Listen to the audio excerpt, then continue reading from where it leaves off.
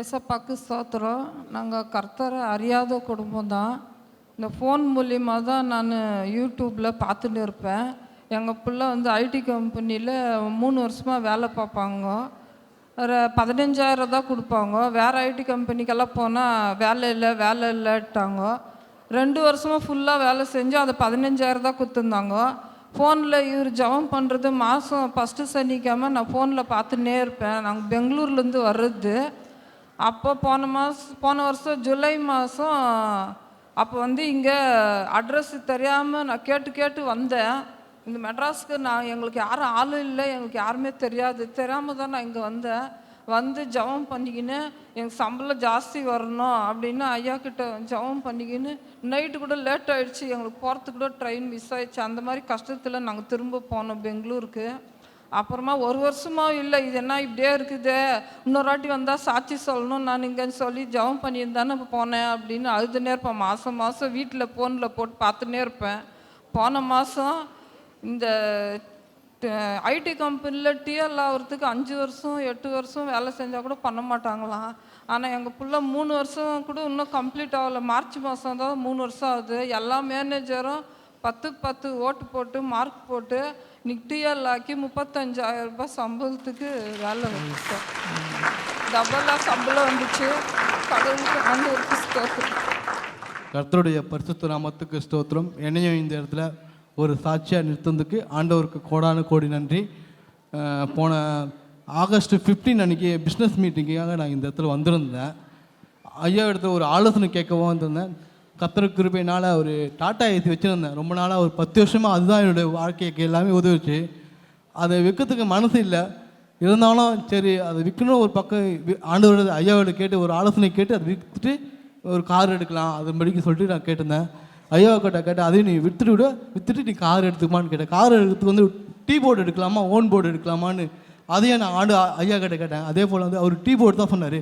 அதே போல் கர்த்தர் கிருபையினால் டிசம்பர் 9 அருமையான ஷிஃப்ட் டிசைர் கார், புது கார் ஆண்டவர் கிருபையாக கொடுத்துருக்கார்.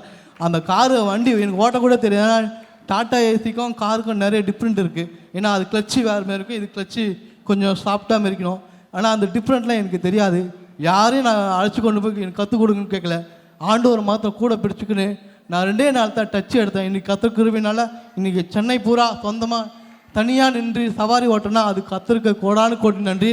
அவர் தான் எனக்கு தைரியத்தை கொடுத்தார், அவர் தான் எனக்கு பலனை கொடுத்தாரு. கர்த்தர் தாமே இந்த சாட்சியை ஆசீர்வதிப்பாராக. ஆமென். ஹல்லேலூயா.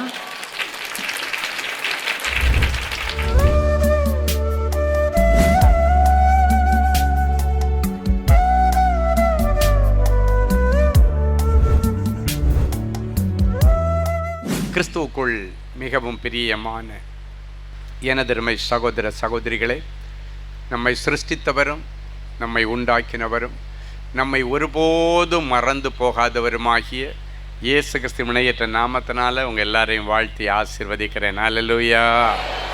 எல்லாரும் சந்தோஷமா இருக்கீங்களா? இந்த நாளிலும் ஆண்டவருடைய பாதப்படியிலே அமர்ந்து, ஆண்டவரே ஒரு சிறு கூட்டத்தை கர்த்தர் கொண்டு வரப்போகிறேன், இந்த ஜனங்களுக்கு நீர் என்ன மங்கள வார்த்தை சொல்ல வேண்டும். ஏசாயா 31:5 இப்படியாய் சொல்லுகிறது. எடுத்து வாசிக்கலாமா? பறந்து காக்கிற பட்சிகளைப் போல சேனைகளின் கர்த்தர் எருசலேமின் மேல் ஆதரவாக இருப்பார். அவர் அதை காத்து தப்ப பண்ணுவார். அவர் கடந்து வந்து அதை விடுவிப்பார். எருசலேம் குமாரனாகிய குமாரத்தி ஆகிய உனக்கும் உன் பிள்ளைகளுக்கும் இன்று முதல் கர்த்தர் எல்லா காரியத்திலும் நிபந்தனையற்ற ஆதரவை கொடுக்கிறார்.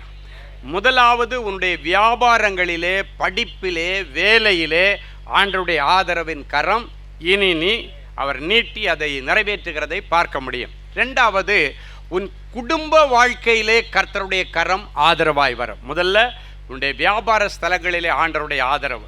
2வது, உன்னுடைய குடும்பத்தில் ஆண்டவருடைய ஆதரவு இறங்கி வரும். 2 ராஜாக்களின் புஸ்தகம் 19 32 34வது வசனமும் இப்படியாய் சொல்லுகிறது, ஆகையால் கர்த்தர் அசீரியா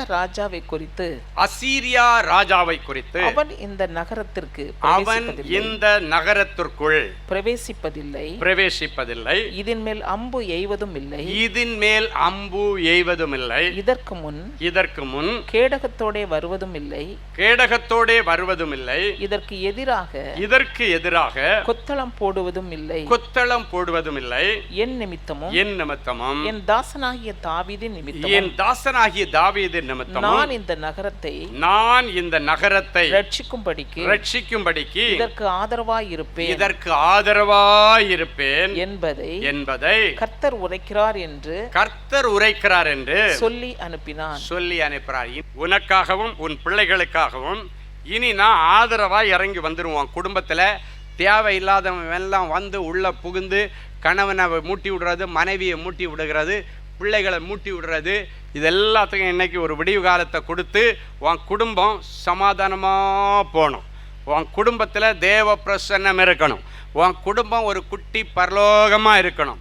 தேவையில்லாமல் மூட்டி விட்ட காரியங்கள் எல்லாம் இன்னைக்கு ஆண்டவர் அபத்தமாக்கி போட்டு உங்கள் குடும்பத்துக்குள்ளால யார் யார் போட்டு கொடுத்து குடும்பத்தை பிரித்தாங்களோ அவங்க முன்னால் உங்கள் குடும்பத்தை மறுபடியும் ஒன்றாக இணைப்பேன். பிரிந்து போன குடும்பங்கள் ஒன்றாக இணைக்கப்படும். ஹல்லேலூயா. ஆமாம், ஒருவேளை நீங்கள் நினைக்கலாம், எனக்கு கூட இருந்தவனே என்னை பற்றி என் புருஷங்கிட்ட போட்டு கொடுத்து சின்ன வயசில் ஃப்ரெண்ட்ஸு ஜாலியாக இருந்திருப்பாங்க, போயிருப்பாங்க, வந்திருப்பாங்க. ஆஃப்டர் மேரேஜ் இவ உத்தமையாகவே தான் இருப்பா. என் புருஷனுக்கு நான் உத்தமையாக இருக்கணும். நானா எப்போவுமே நீங்கள் உத்தமையாக மாறணுங்கும் போது தான் தேவையில்லாத பிசாசெல்லாம் உனக்கு விரோதமாக வரும். ஆனால் நீங்கள் கவலைப்படக்கூடாது. நீங்கள் அவங்க கூட இல்லாதது தான் அவங்களுக்கு இப்போ பிரச்சனை. அவங்க கூட நீங்கள் ஓடிட்டு இருந்தாச்சுன்னா அவங்களுக்கு பிரச்சனையே இருக்காது. நீங்கள் ஆண்டவருடைய வார்த்தையை கேட்டு மனம் திரும்பும்போது அநேக பிரச்சனைகள் தானாக வரும். நீங்கள் கவலைப்படக்கூடாது. அப்படித்தான் சில நேரங்களில் என்ன பண்ணுவாங்கன்னா, உன் கூட இருந்தவங்க, உன் கூட இருந்து தப்பு பண்ணவன், உன் கூட இருந்து தேவையில்லாத பழக்கத்துக்கு உன்னை அடிமையாக்கினவன் ஒரு வேளை உன்னை கொடுத்து உன் மனைவிட்ட போட்டு கொடுத்துருக்கலாம், இல்லைன்னா உன் புருஷங்கிட்ட போட்டு கொடுத்துருக்கலாம். கவலைப்படாத, இனி அவன் அம்பு எய்வதில்லை. ஆண்டவர் சொல்றார், அவன் எய்த அம்புகளை எல்லாவற்றையும் ஆண்டவர் இன்றைக்கு எல்லா அவனுடைய அக்கினி ஆஸ்திரங்களையும் ஆண்டவர் இன்னைக்கு முறித்து போட்டார். உனக்கு விரோதமாய் உருவாக்கப்பட்ட ஆயுதங்கள் வாய்க்காமல் போகும். ஒருவேளை நீ நினைக்கலாம், எனக்கு விரோதமாக இவன் மந்திரவாதம் பண்ணிட்டான், அவன் மந்திரவாதம் பண்ணிட்டான். 1000 பேர் உன் பக்கத்தில் வந்தாலும் அவைகள் ஒன்று உன்னை சேதப்படுத்தும். வலது பக்கத்தில் 1000 இடது பக்கத்தில் 10000 வந்தாலும் அவைகள் உன்னை சேதப்படுத்தாது. எப்போ தெரியுமா? கர்த்தர் உனக்கு ஆதரவாக இருந்தால். அது இல்லாமல் போய் எங்கேயும் டயலாக் விட்டுறாதீங்க. ஆண்டவருக்கும் கூட இருந்தாருன்னா தைரியமாக சொல்ல, ஒருவனும் உனக்கு முன்பதாக எதிர்த்து நிற்க முடியாது. மோசையோடு இருந்த ஆண்டவர் உன் கூட இருப்பார். யோசுவாவோடு இருந்த ஆண்டவர் உன் கூட இருப்பார். உன்னை விட்டு விலகவும் மாட்டார், உன்னை கைவிடவும் மாட்டார். 1000 பேர் கூட்டு சதி பண்ணி உனக்காக மந்திரவாதம் பண்ணாலும் அது அவங்களுக்கு திரும்பி அடிக்குமே தவிர அவைகள் ஒன்றும் உன்னை சேதப்படுத்துவதில் இந்த நம்பிக்கை இன்னைக்கு வேணும். காரணம், இன்றைக்கு நிபந்தனையற்ற விதத்தில் கர்த்தர் உனக்கும் உன் குடும்பத்திற்கும் தன்னுடைய ஆதரவை கொடுக்கிறார். இப்போ நீங்கள் படித்த வசனம் எசேக்கியா ராஜாவுக்கு கொடுத்த வசனம். எசேக்கியா ராஜாவை பற்றி சொல்கிறார், இந்த நகரத்திற்கும் இங்கே இருக்கிற குடிமக்களுக்கும் உனக்கும் உன் குடும்பத்திற்கும் இந்த நகரத்தில் உள்ள அத்தனை குடிமக்களுக்கும் நான் ஆதரவாக இருப்பேன்.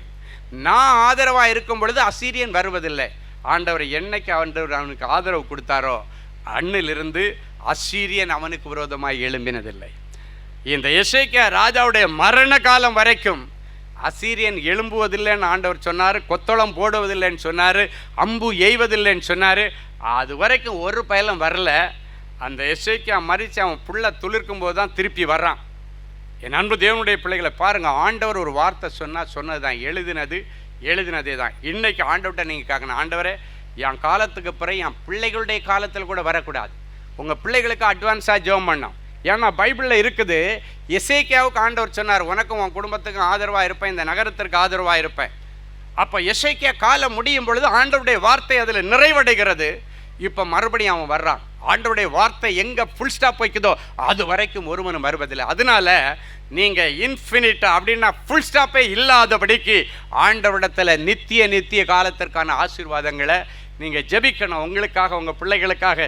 நீங்கள் மட்டும் நல்லா இருந்தால் போதும், என் காலத்தில் நான் பிள்ளைங்க நல்லா இருக்கிறத பார்க்கணும் அப்படின்னா என்ன அர்த்தம் தெரியுமா? உன் காலத்துக்கு பிறகு அவன் கெட்டு அழிஞ்சாலும் பரவாயில்லை, ஆண்டவரே என் கண்ணுக்கான என் பிள்ளைங்க நல்லா இருக்கணும் அப்படின்னா என்ன அர்த்தம்? என் கண்ணுக்கான என் பிள்ளை நல்லா இருக்கணும் அப்படின்னா என்ன அர்த்தம் சொல்லுங்கள்? உன் கண்ணுக்கு மறைவில் உன் பிள்ளை எப்படி வேணாலும் இருக்கலாம்னு அர்த்தம். உன் ஜெபமே அவன் பிள்ளைக்கு வேட்டு வைக்குது. உன் காலத்துக்கு பிறகு உன் பிள்ளை என்ன வேணாலும் ஆகலாம். அப்படி சொல்லக்கூடாது. ஆண்டவரே காலாகாலத்திற்கு என் பிள்ளை உங்களை கையை பிடிச்சிட்டு நடக்கணும் ஆண்டவரே, உங்கள் ஆதரவில் இருக்கணும், என் பிள்ளைகளின் பிள்ளைகள் ஆசீர்வாதமாக இருக்கணும் ஆண்டவரே, என் காலத்துக்கு பிறகும் என் பிள்ளைங்க ஒற்றுமையாக இருக்கணும் ஆண்டவரே, என் காலத்துக்கு பிறகும் என் பிள்ளைகளின் பிள்ளைகள் எல்லாம் ஒற்றுமையாக இருக்கணும் ஆண்டவரே அப்படின்னு நீங்கள் ஜெபிக்கணும். உங்கள் ஜெபத்தை ஊரார் சொல்கிற மாதிரி இனி ஜெபிச்சு பழகாதீங்க. அதெல்லாம் சில நேரங்களில் பிசாசு எடுத்து வச்சிடும். அது தப்பான ஜெபங்கள்.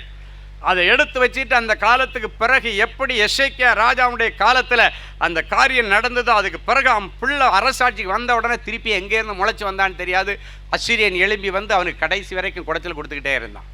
இன்னைக்கு அப்படிப்பட்ட குடைச்சலை நீ உங்களுக்கு இராதபடிக்கு இனி கொத்தளம் போடுவதும் இல்லை, அம்பு எய்வதும் இல்லை, உனக்கு விரோதமாய் கேடகத்தோடு வருவதும் இல்லை, இனி உன் வாழ்க்கையில் அவன் பிரவேசிப்பதும் இல்லை.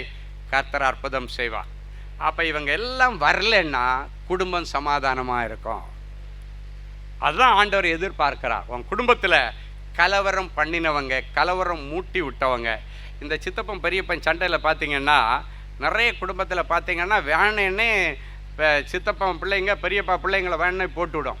அந்த பிள்ளைகளுக்கு ஏதாவது வருதுன்னா கேட்டால் என்னப்பா பெரியப்பா பொண்ணு எப்படிப்பா அப்படின்னு கேட்டால் ஐயோ வேற பொண்ணே உங்களுக்கு கிடைக்கலான்னு ஒரு வார்த்தை சொல்லி அவ்வளோதான். அவன் மோசமானவேன்னு கூட சொல்ல மாட்டான். ஒரு வார்த்தை வேற எங்கேயுமே உங்களுக்கு பொண்ணு கிடைக்கலையான்னு கேட்பான். அப்படின்னா என்ன தெரியுமா? உலகத்திலே இவ்வளோ மாதிரி மோசமானவே இல்லைன்றதை சொல்லாமல் சொல்கிறான். கேட்டால் சொல்லுவான் நான் உன்னை பற்றி தப்பாக ஒன்றும் சொல்லலையே. அவர் என்னமோ பெரிய புத்திசாலி மாதிரி பேசுவார். நீ வெட்டின குழியில் நீ தான் விழுவ. ஒரு நாளும் அடுத்த குடும்பத்தை சிதைக்கிறதுக்கோ அழிக்கிறதுக்கோ நீங்கள் முயற்சிக்கக்கூடாது. உன் வார்த்தையால் ஒரு குடும்பம் பிழைக்கணுமே தவிர, ஒரு குடும்பத்தில் நல்லது நடக்கணுமே தவிர, ஒரு நாளும் உன் வார்த்தை நிமித்தம் ஒருத்தங்க அழிஞ்சாங்க, ஒருத்தங்களுடைய வாழ்க்கை போச்சு, ஒரு நாளும் நீங்கள் செய்யக்கூடாது. ஒரு நாளும் அப்படிப்பட்ட காரியங்களில் நீங்கள் முற்படவும் கூடாது. அதற்கான முயற்சிகளிலே நீங்கள் இறங்கவும் கூடாது. எத்தனை பேர் ஆமேன்னு சொல்ல முடியும்? ஹல்லேலூயா. அப்படி இருந்தால் குடும்பத்தில் சுப காரியங்கள் நடக்கும். என் அன்பு தேவனுடைய பிள்ளைகளை இன்றைக்கி ஆண்டவர்கிட்ட சொல்லுங்கள், ஆண்டவரே என் குடும்பத்துக்கு ஆதரவாக இருப்பேன்னு சொன்னீங்க, என் பிள்ளை நல்லா வாழணும்ப்பா, பிள்ளை வாழ போன இடத்துல இன்னும் பிரச்சனை பண்ணிட்டாப்பா, ஞானம் இல்லாமல் வாழ்க்கையை தொலைச்சிட்டு வந்து நிற்கிறாப்பா, என் பிள்ளைக்கு மறுபடியும் ஒரு வாழ்க்கை கொடுங்க.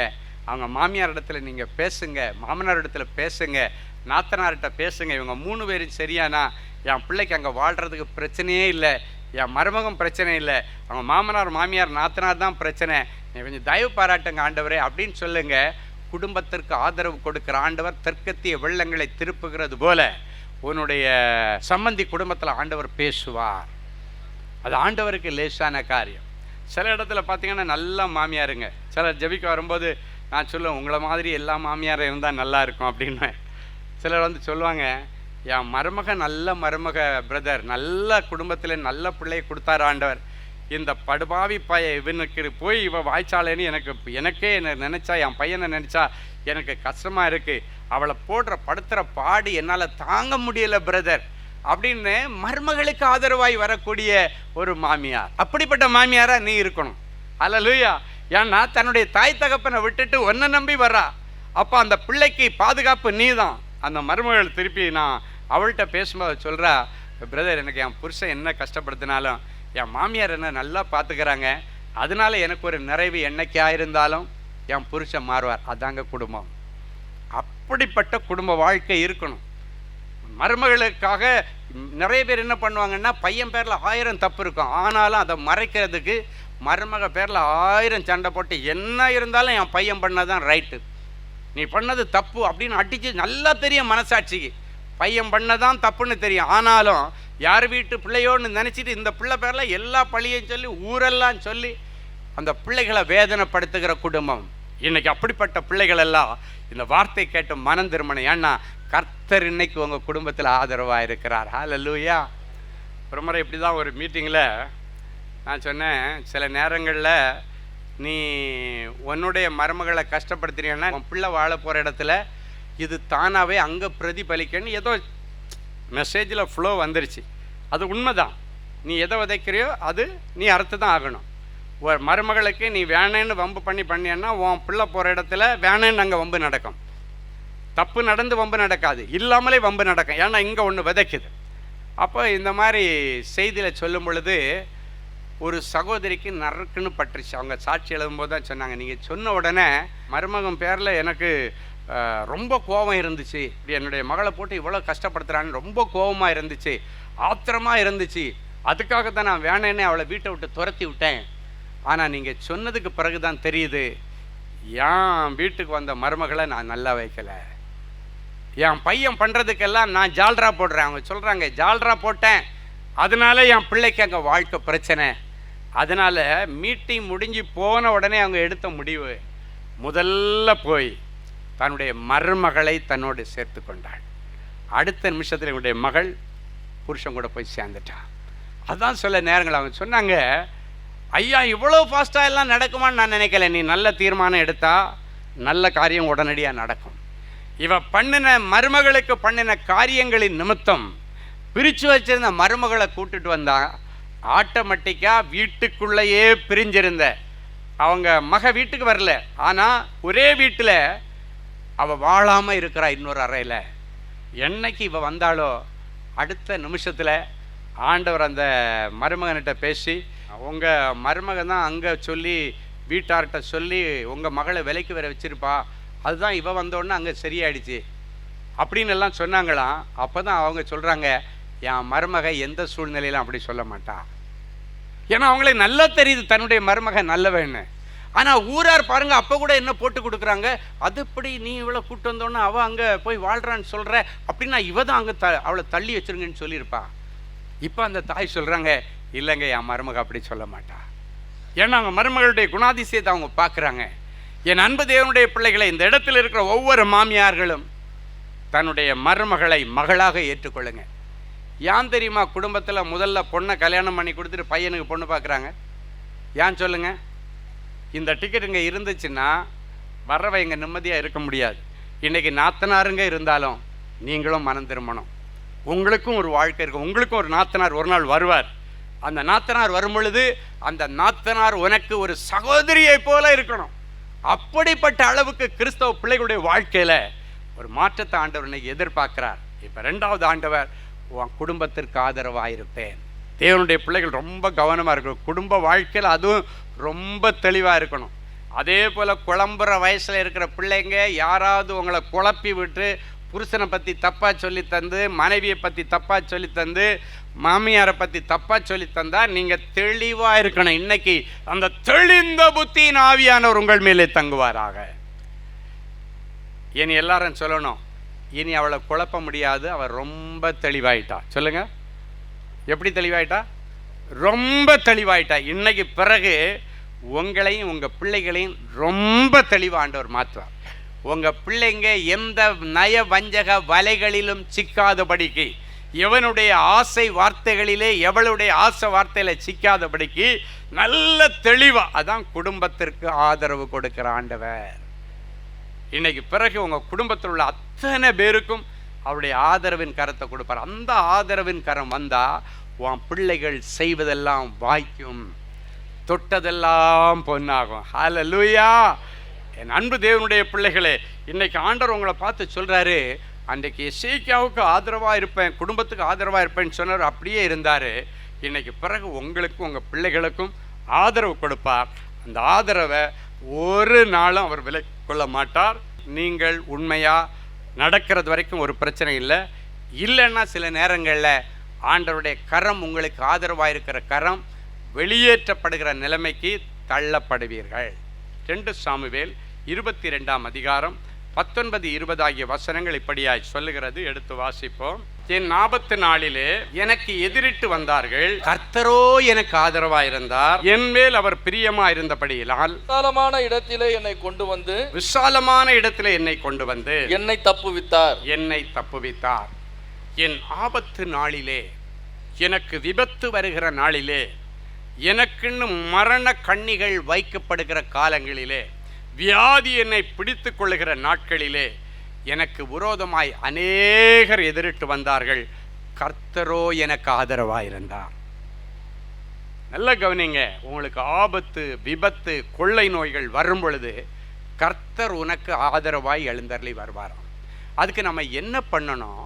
டெய்லி காலையில் எழும்பினோன்னே, ஆண்டவரே என் குடும்பத்தை உங்கள் கையில் அர்ப்பணிக்கிற ஆண்டவரே, என் பிள்ளைங்க போகிற வர்ற வழியிலெல்லாம் ஆண்டவருடைய கரம் கூடவே இருக்கணும் ஆண்டவரே அப்படின்னு நீங்கள் சொல்லி அந்த இடத்துல இருந்து போனீங்கன்னா விபத்துகளுக்கு நீங்களாக்கி கர்த்தர் உங்களை பாதுகாப்பார். உங்கள் பிள்ளைகளை கர்த்தரிடத்தில் ஒப்புவித்து அவர் மேல் நம்பிக்கையாக இருங்க. அவரே காரியங்களை வாய்க்க செய்கிறவரும் அவர்களுக்கு பாதுகாப்பு கொடுக்கிறவருமாக இருக்கிறார். அப்போ பாருங்க, என் ஆபத்து நாளிலே எனக்கு எதிரிட்டு என்ன வியாதி வந்தாலும் சரி, என்ன விபத்துக்கள் வந்தாலும் சரி, கர்த்தரோ எனக்கு ஆதரவாக இருப்பார். என்மேல் அவர் பிரியமாக இருந்தபடியினாலே நான் அழிவிலே போகாதபடிக்கு என்னை விசாலத்திலே கொண்டு வருவார், ரகபோத்திலே கொண்டு வருவார். இதோ வாசற்படியில் நின்று நான் தட்டுகிறேன், இதே கதவை தட்டுறேன். ஒருவன் அந்த சத்தத்தை கேட்டு இதே கதவை திறந்து கொடுத்தான். அவன் இருதயத்திலே நான் தங்குவேன். அவன் வீட்டுக்கு அவன் கூட போவேன். அவன் வீட்டில் நான் தங்குவேன். அவன் வியாபார ஸ்தலங்களுக்கு அவன் கூட போவேன். அவன் இன்றைக்கும் அவன் கூடவே போவேன். அவனுடைய வேலை ஸ்தலத்தில் அவன் கூட இருப்பேன். நான் அவன் கூட சாப்பிடுவேன்னு சொன்ன தேவனே, இப்பொழுதும் எந்தெந்த பிள்ளைகள் என்னுடைய இயேசுவே என் உள்ளத்தில் வாங்க ஆண்டவரேன்னு கேட்டாங்களோ, அவங்க இருதயத்தில் வானத்தையும் பூமியும் உண்டாக்கின சர்வ வல்லமை உள்ள தேவன் நம்முடைய உயிர் தெழுந்த வல்லமையோடு போய் உட்கார்ந்து என் பிள்ளைகளுடைய வீட்டுக்கு நீர் கடந்து செல்லும்.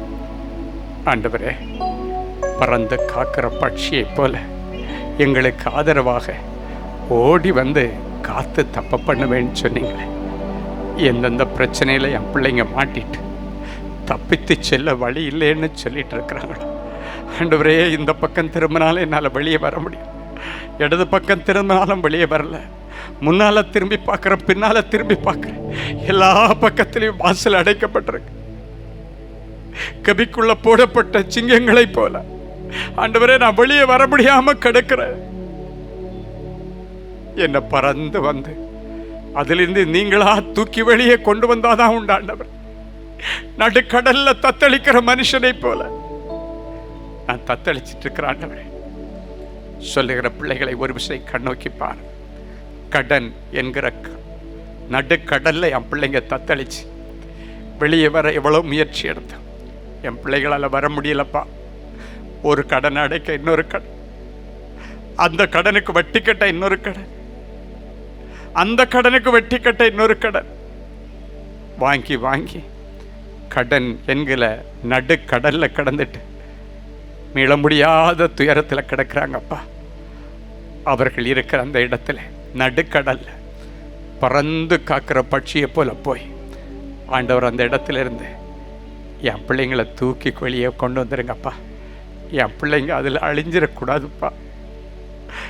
கடனை பிள்ளைங்க மேலே மனைவி பேரில் வச்சுட்டு அவங்க அழிஞ்சிடக்கூடாதுப்பா. என் பிள்ளைகளை மீட்டு கொண்டு வார இயேசுவின் மூலம் பிதாவே, ஆமென். அமெரிக்க தேச மக்களுக்கு ஒரு நற்செய்தி. அன்பானவர்களே, நமது அன்பு சகோதரர் டி ஸ்டீஃபன் அவர்கள் அமெரிக்க தேசத்தில் உள்ள New Jersey, New York, Atlanta, Washington, California, Texas, Colorado, Florida, Maryland ஆகிய பட்டணங்களில் ஆகஸ்ட் மாதம் 7ஆம் தேதி முதல் 30ஆம் தேதி வரை தேவனுடைய சுவிசேஷத்தை பிரசங்கிக்க இருக்கிறார்கள். இக்கூடுகையில் நீங்கள் கலந்து கொள்ளவும், சகோதரரை நேரில் சந்தித்து ஜெபித்து தேவ ஆலோசனை பெறவும் நீங்கள் தொடர்பு கொள்ள வேண்டிய தொலைபேசி எண்கள் பிரதர் ஃபெலிக்ஸ் ஜார்ஜ் +1 973 454 9686 மற்றும் 98414 46999. அன்பு தேவனுடைய பிள்ளைகளே, இந்நிகழ்ச்சியின் மூலம் நீங்கள் பெற்றுக்கொண்ட ஆசீர்வாதங்களையும் உங்கள் ஜெப விண்ணப்பங்களையும் அனுப்ப வேண்டிய முகவரி: தேவனின் அன்பு ஊழியங்கள், Vinayak avenue, OMR road, Okkiyam, Thoraipakkam, Chennai 600097. மேலும் 24 மணி நேர ஜெப உதவிக்கு 044 24547999 மற்றும் 9941150999 என்ற எண்களுக்கு தொடர்பு கொள்ளுங்கள்.